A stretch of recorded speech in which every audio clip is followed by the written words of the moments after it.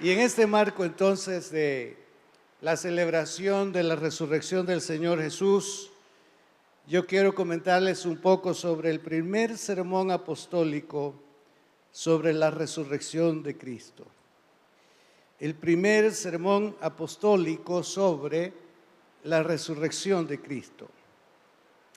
Vamos a dar lectura de la palabra del Señor en el libro de los Hechos, capítulo 2, versículo 22 al 33.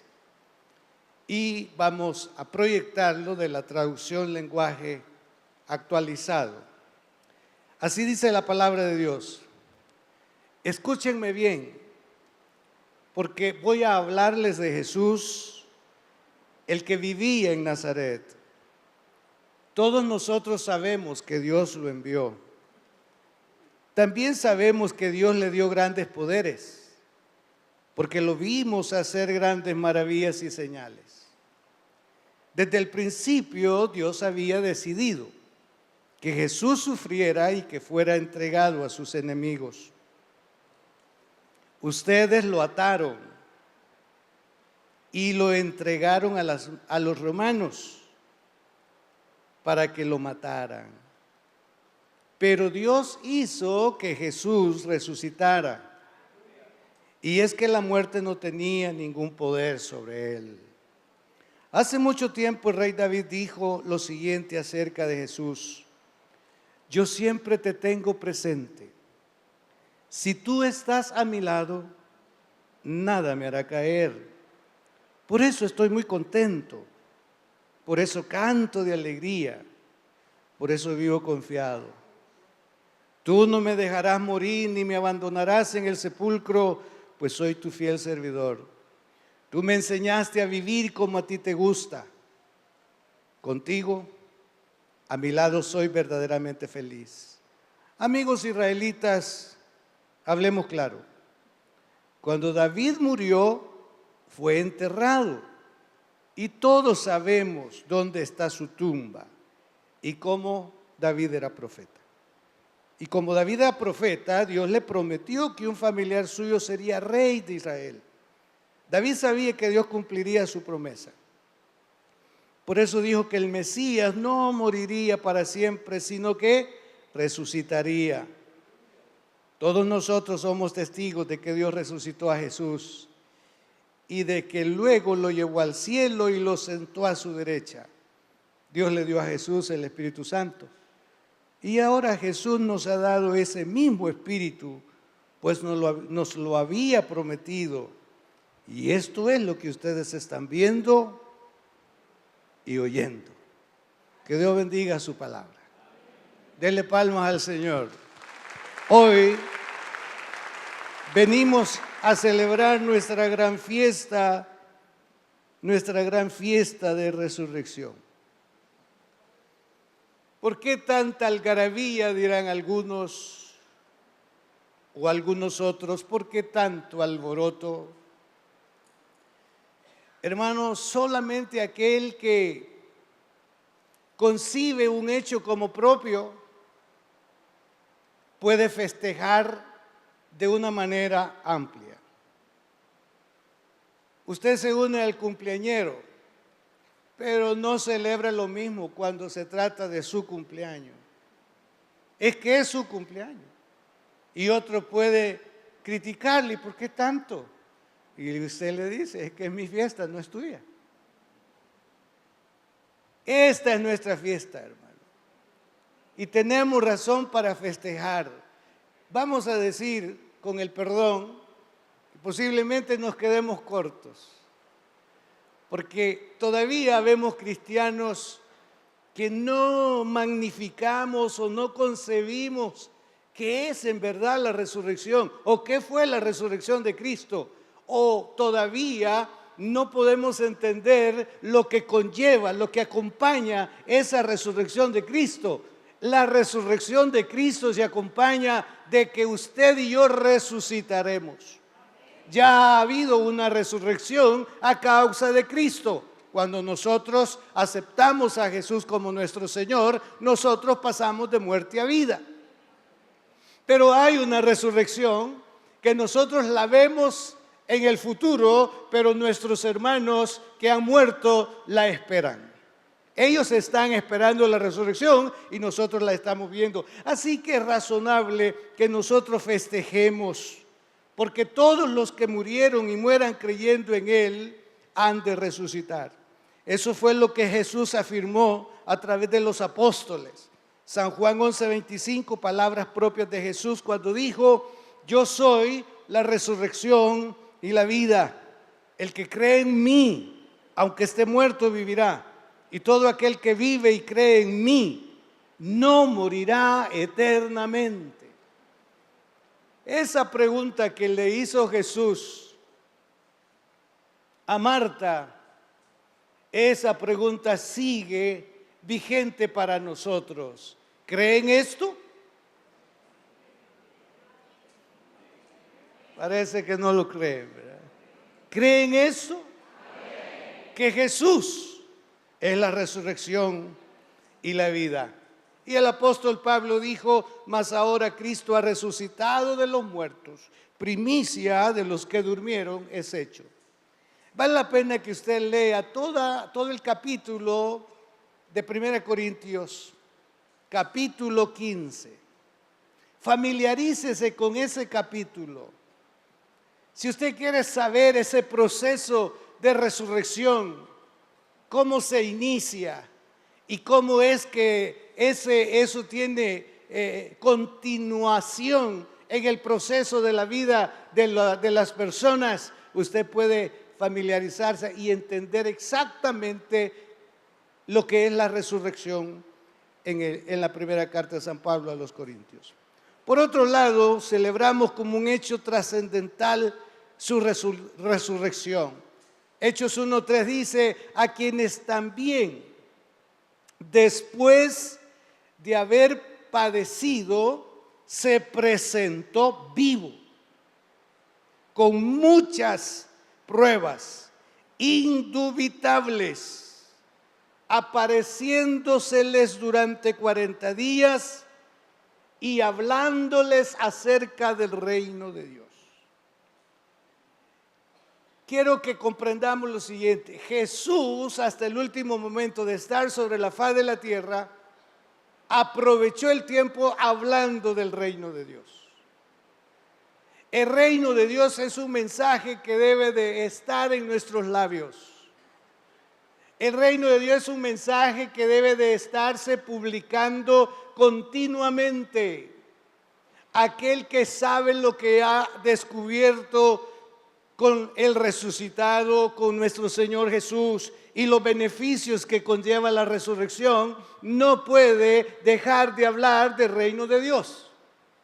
Está bien, celebremos conversaciones sobre el trabajo, celebremos conversaciones sobre resultados, celebremos conversaciones de aquellas cosas comunes, aquello que nos gusta, aquello que nos hace a ser amigos, amistarnos, compartir. Pero no olvide que toda conversación o todo aquello que hagamos en el plano humano netamente se queda con lo humano. Debemos de aprovechar hablando del reino de Dios, porque es el reino de Dios lo que está por delante. Es el reino de Dios el que espera que nosotros un día podamos introducirnos, y debemos de familiarizarnos día a día con las reglas del reino. Ese reino espiritual que ya está establecido en nosotros, y saber las reglas o las leyes del reino que nos espera según las sagradas Escrituras. Ahora San Pablo, que tuvo que hablar sobre la resurrección porque en los días de Jesús dos movimientos religiosos eran fuertes: el movimiento de los fariseos y el movimiento de los saduceos. Los saduceos no creían en la resurrección de los muertos. Los fariseos sí creían en la resurrección de los muertos. Entonces, dos escuelas estaban en boga en ese tiempo. Y dos escuelas entonces estaban afectando el corazón de la gente. Y los saduceos se habían quedado precisamente en las enseñanzas del Antiguo Testamento sin darle observación o cuidado a esos momentos que la Biblia en el Antiguo Testamento habla sobre resurrección. Pero los fariseos sí habían aplicado exactamente el mensaje de resurrección de la antigüedad en los días en que ellos, es decir, los maestros del momento, estaban enseñando. Entonces Pablo estaba o estuvo entre dos escuelas, la de los saduceos y la de los fariseos. Y 1 Corintios 15 precisamente está haciendo una defensa exacta, contundente sobre la resurrección. Y entonces viene San Pablo en 1 Corintios 15:5 y dice, y que apareció a Cefas y después a los 12. Y sigue diciendo, y a los 500. Y como a un abortivo últimamente se presentó a mí. Porque él tuvo la experiencia maravillosa de que el resucitado le hablara desde los cielos. Saulo de Tarso pudo ubicarlo en los cielos. Él elevó su mirada no simplemente por elevarla hacia arriba, sino porque de arriba vino una voz que lo cautiva y entonces él pregunta, ¿quién eres, Señor? ¿Y qué quieres que yo haga? A eso el apóstol le llama aparecimiento del Señor en su vida. Por otro lado, y más extraordinario aún, es la narrativa de su ascensión al lugar de donde había venido. Hechos 1:9 al 11 dice, y habiendo dicho estas cosas, viéndolo ellos, fue alzado y le recibió una nube que le ocultó de sus ojos. Y estando ellos con los ojos puestos en el cielo, entre tanto que él se iba, he aquí se pusieron junto a ellos dos varones con vestiduras blancas, los cuales también les dijeron, varones galileos, ¿por qué estáis mirando al cielo? Este mismo Jesús que ha sido tomado de vosotros al cielo, así vendrá como le habéis visto ir al cielo. Hermano, un panorama completo. Los discípulos pudieron ver en esos 40 días cosas extraordinarias. Primero, la resurrección. Segundo, esos instantes que tuvieron que experimentar con la persona de Jesús, el resucitado. Y ahora, cuando ya Él está dando sus últimas indicaciones para continuar con el proceso de comunicar las buenas nuevas de salvación, apareció o llegó mejor el momento cuando Él asciende. Están sorprendidos. Y los ángeles dijeron, así como le están viendo ir, así le verán venir.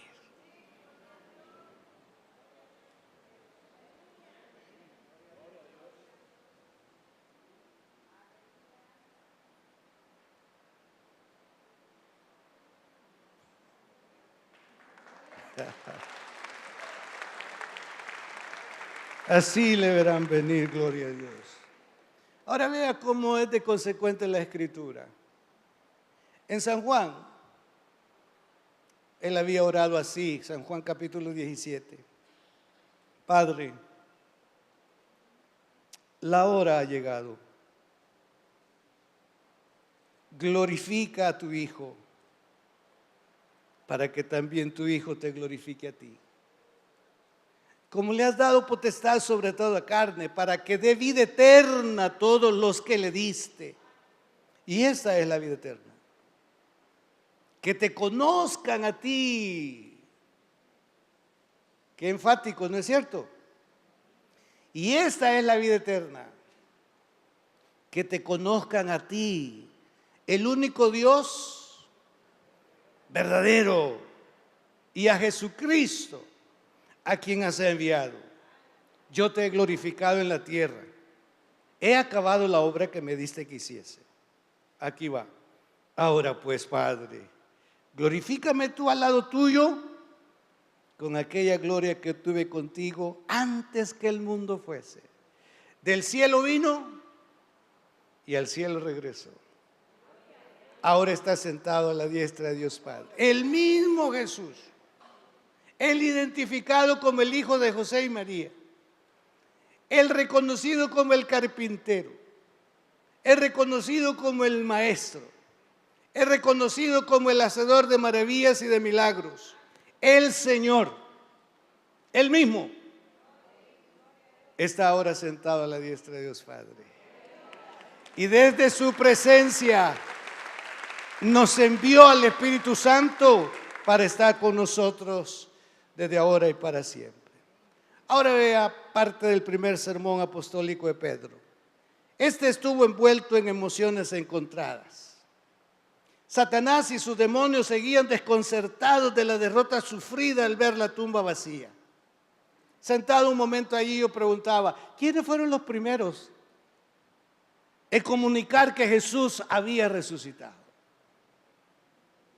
Quisiéramos decir que fue el ángel, ¿verdad? Pero parece que antes que el ángel preguntara por qué estáis buscando entre los muertos al que vive, no está aquí sino que ha resucitado, algunos otros tuvieron que anunciar que algo sobrenatural, algo extraordinario había pasado, algo inesperado había sucedido, y esos fueron los guardias. Los guardias se durmieron y cuando abrieron los ojos vieron que la piedra puerta estaba quitada, la habían movido. Extraño, y asustados, avergonzados, quizá se levantaron para ir a decir que la tumba estaba vacía. Y aquellos se idearon, se inventaron diciendo, vayan o respondan si preguntan qué es lo que sucedió. Sencillamente ustedes digan que son inútiles, que no pudieron contener a los apóstoles, a los seguidores mentirosos del mentiroso. Estos vinieron, movieron la piedra y se robaron el cuerpo. Así tienen que hablar ustedes. Así que los voy a convencer, les dijeron. Aquí tienen y así hablen. Y así hicieron. Pero todo esto es formar parte del desconcierto, aquello que habían negado porque dijeron, Él todavía estando entre nosotros con vida dijo que había resucitado o que iba a resucitar. Y esta noticia no tiene por qué divulgarse, no tiene que salir de esa manera. Nosotros tenemos que buscar la forma de contener esta situación. Está bien en esa parte, porque ellos iban a echar a andar todo su aparataje para desmentir que había sucedido un milagro de resurrección. Era más fácil decir se robaron el cuerpo. Y ese hurto descalificaba el mensaje que él había dado, después voy a resucitar. Lo que no podían concebir era aceptar que él había dicho, es cierto, voy a morir, pero voy a resucitar al tercer día. Como en una sentencia, les digo, está bien, voy a morir, pero al tercer día voy a resucitar. Eso no lo podían concebir, peor los saduceos. Pero el imperio, en ese caso, manifiesto a través de la parte religiosa, tiene precisamente preocupación o dispuestos a mantenerse en su credo de que eso no iba a ser posible o no era posible. Pero pasemos a la otra parte donde sí hay suavidad, hay complacencia, hay emoción. Cuando aquellas llegaron al sepulcro muy temprano y a la distancia están viendo. Y la actitud del ángel. Bueno, los evangelios presentan, según su estilo, diferentes formas para hacernos la narrativa. Pero lo interesante del caso es cuando a esas mujeres, ¿por qué están buscando al que vive? Vayan y díganle a sus hermanos que Él va por delante, porque Él ha resucitado. Vean el lugar donde fue puesto el cuerpo del Señor. No está aquí, va por delante. Dígale a los discípulos que allá arriba, allá en Galilea, los va a estar esperando. Bendito sea su nombre. No está aquí, pues ha resucitado como dijo. Enfatice eso. Él dijo que iba a resucitar. ¿Y qué otras cosas Él dijo que despiertan en nosotros esperanza, emoción, tranquilidad?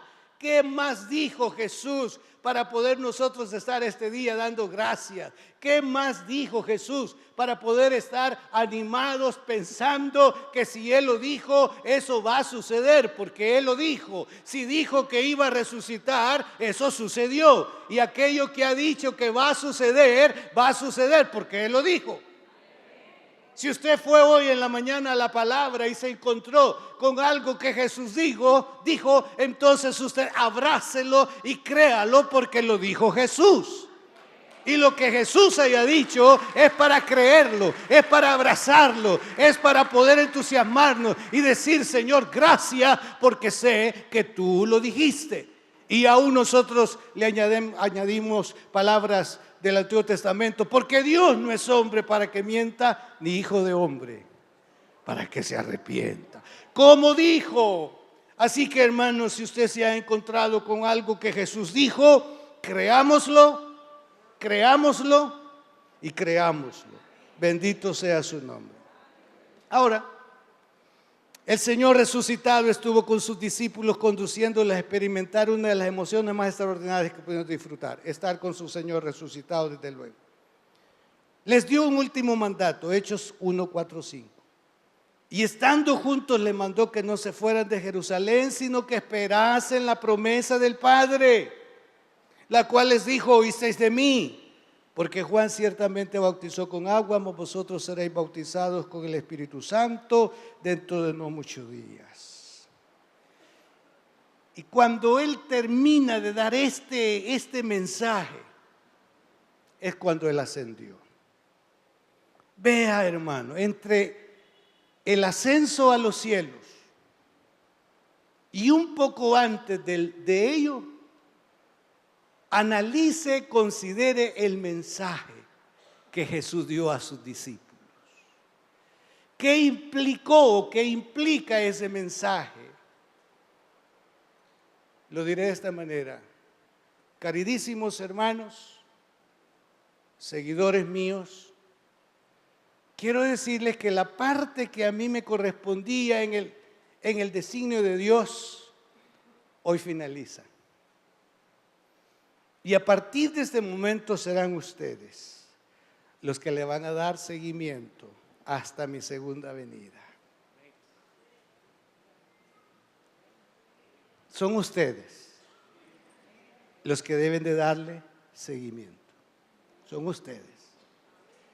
Y como sé que esto requiere de una dosis extraordinaria de la presencia nuestra en ustedes, enviaré al Espíritu Santo para que les facilite el hacer, para que el beneficio que ustedes han recibido lo compartan con otros y de esa manera cumplamos con el propósito y con la voluntad de mi Padre que está en los cielos.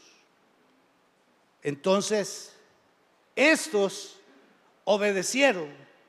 Los que no obedecen son los del templo cristiano,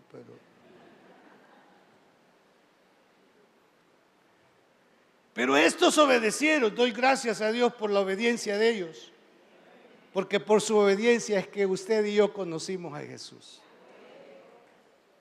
Y por la obediencia nuestra muchos otros conocerán a Jesús. Ahora,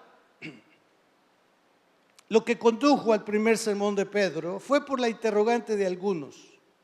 Recuerden ustedes, ha descendido el poder del Espíritu Santo. Y como eso fue un movimiento ruidoso, bullicioso, Es que la bulla atrae a la gente, ¿no es cierto? Por eso yo les pido que griten para que sepan que aquí hay gente que está viva. Eso como que son los últimos grititos de los que exhalan. No, no, usted no puede ver un grupo de gente porque ya uno va bajando la velocidad al carro para ver. Ah, un muerto, otro. Va. Pero sí, así es. Entonces el ruido, la bulla que se provocó a causa de ese descenso del Espíritu Santo hizo que la gente se aproximara hacia donde ellos estaban. Porque habían sido llenos del Espíritu Santo.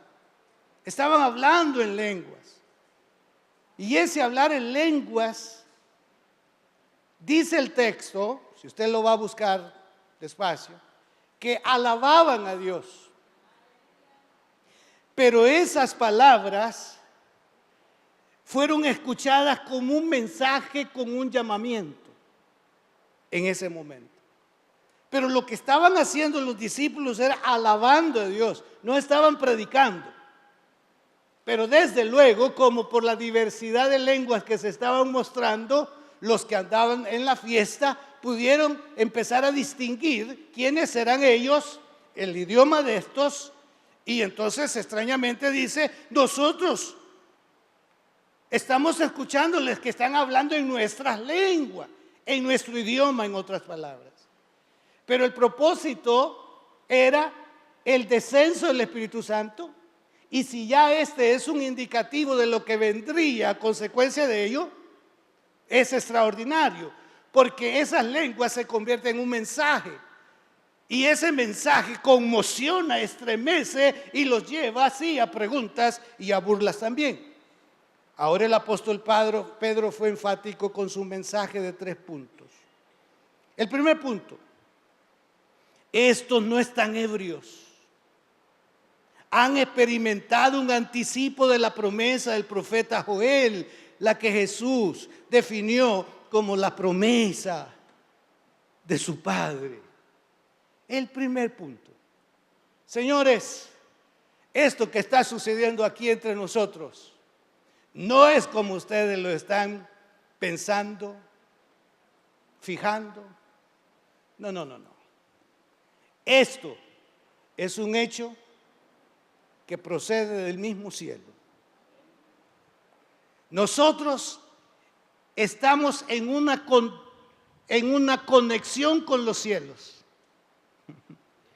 Nosotros no estamos fuera de razón. Nosotros no estamos en lo que ustedes están o como ustedes están pensando. Entre nosotros y nuestro Dios hay una conexión que estamos disfrutando. El Padre hizo una promesa y esa promesa ha descendido sobre nuestras vidas, y déjennos gozarnos en la presencia del Señor. Ese es el primer punto. El segundo punto: Jesús Nazareno, varón aprobado por Dios entre vosotros, fue entregado por el determinado consejo y anticipado conocimiento de Dios, al cual Dios levantó soltando los dolores de la muerte. Ay, Señor, porque era imposible que fuese retenido por ella. Señores, la muerte no podía contenerlo. La muerte no tuvo potestad ni autoridad. Sí, se le permitió golpear su cuerpo. Sí, se le permitió taparle sus narices para ahogarse, no tener oxígeno, qué sé yo. Pero era una situación permitida y para un momento. Permitida y para un momento. Porque el cuerpo de su santo no vería corrupción. Hermano, el apóstol está tomando del conocimiento que tiene de la palabra de Dios. Por eso es bueno leer la palabra de Dios. Sabe que el sermón que le está dando está aplicado en las escrituras dadas en este caso por el rey David. Y desde luego, cuando el apóstol Pablo mencionó a David, la gente fue cautivada porque a David se le amó tanto y se le sigue amando en esa tierra de Israel. Hablar de David, esa gente se emocionaba. Era como rendir pleitesía al nombre de David. David era su rey. David era el hombre conforme al corazón de Dios. Y ellos habían leído esa escritura de David. Y la pregunta podía estar entre ellos: ¿y David está hablando de él o está hablando de alguien más? Pues señores, dice Pedro, aunque nosotros amamos a David, pero el sepulcro de David todavía está entre nosotros. Eso vino a ser como un golpe para ellos. ¿Cómo es posible que estén diciendo que eso es así? Pero es así. Cuando se viaja a Israel y se quiere ver la tumba o el sepulcro la sepultura de David, hermano, mucha gente pasando, viendo ahí el ataúd. Ahí está todavía dormido David. Pero si vamos al monte del jardín, al jardín de la tumba mejor, la puerta está abierta. Ahí no hay ataúd. Ahí no hay lienzos de nada.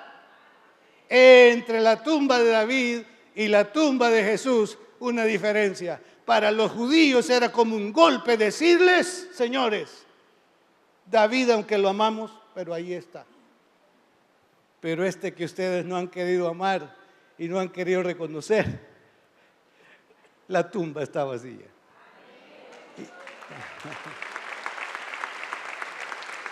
Y todavía pudo decirles Pedro, y quiero añadirles, con pruebas extraordinarias, nos mostró en su ascensión al lugar de donde había venido. Tercer punto del sermón de Pedro. David no habló de su resurrección, sino de la resurrección del principal de sus descendientes. Como prueba de ello, y que es del conocimiento de todos, les dijo Pedro, que él murió, igual que David, y fue sepultado, igual que David. Sepulcro el que todavía está con nosotros, dice, el de David. Pero cuando él se embiste del espíritu profético, está diciendo, no de él, sino de uno de sus descendientes, del principal descendiente de la línea de David, conocido como Jesús, aceptado y visto como Señor, esperado como Rey de gloria. Ese mismo que fue puesto en el sepulcro, sale del sepulcro, asciende a los cielos y está próximo para aparecer nuevamente entre nosotros aquí en la tierra. Él no se ha olvidado. Queridos hermanos, Él no se ha olvidado. Y si Él no ha venido, es porque en su plan y en su proyección el mundo va de mal en peor. Pero quiero decirle algo decepcionante y frustrante para el mundo. Jesús no está decepcionado por ello. Al contrario, Jesús, aunque sabe todo lo que está pasando, Él está todavía interesado, porque todas las almas son de Él. Todas las almas son de Él. Conclusión. Al oír esto se compungieron de corazón y dijeron a Pedro y a los otros apóstoles: varones hermanos, ¿qué haremos? Pedro les dijo: arrepentíos y bautícese cada uno de vosotros en el nombre de Jesucristo para perdón de los pecados, y recibiréis el don del Espíritu Santo. Porque para vosotros es la promesa, y para vuestros hijos y para todos los que están lejos, para cuantos el Señor nuestro Dios llamare. Y con otras muchas palabras testificaba y les exhortaba diciendo: sed salvos de esta perversa generación. Al finalizar su sermón, ante la pregunta que estos hacen, estos no menos de 3,000 reconocieron al resucitado como su Señor y Salvador. ¿Cómo 3,000? Entendieron el mensaje apostólico. Y estos 3,000 se añadieron al proyecto apostólico. Después vemos una conversión de 5,000. Y después la Escritura dice: y cada día se añadía a la iglesia los que debían de ser salvos. Impresionante trabajo evangelizador que desarrollaron los primitivos cristianos. ¿Por qué no los imitamos nosotros hoy? ¿No vale la pena anunciar que Jesús ha resucitado? ¿O es una comida exclusiva como para no compartir? Si nosotros callamos, dijeron los leprosos, nuestra maldad nos alcanzará. Porque es maldad no hablar del Señor, hermanos. Es maldad no compartir el Evangelio, es maldad. Entonces el que no lo hace es malvado.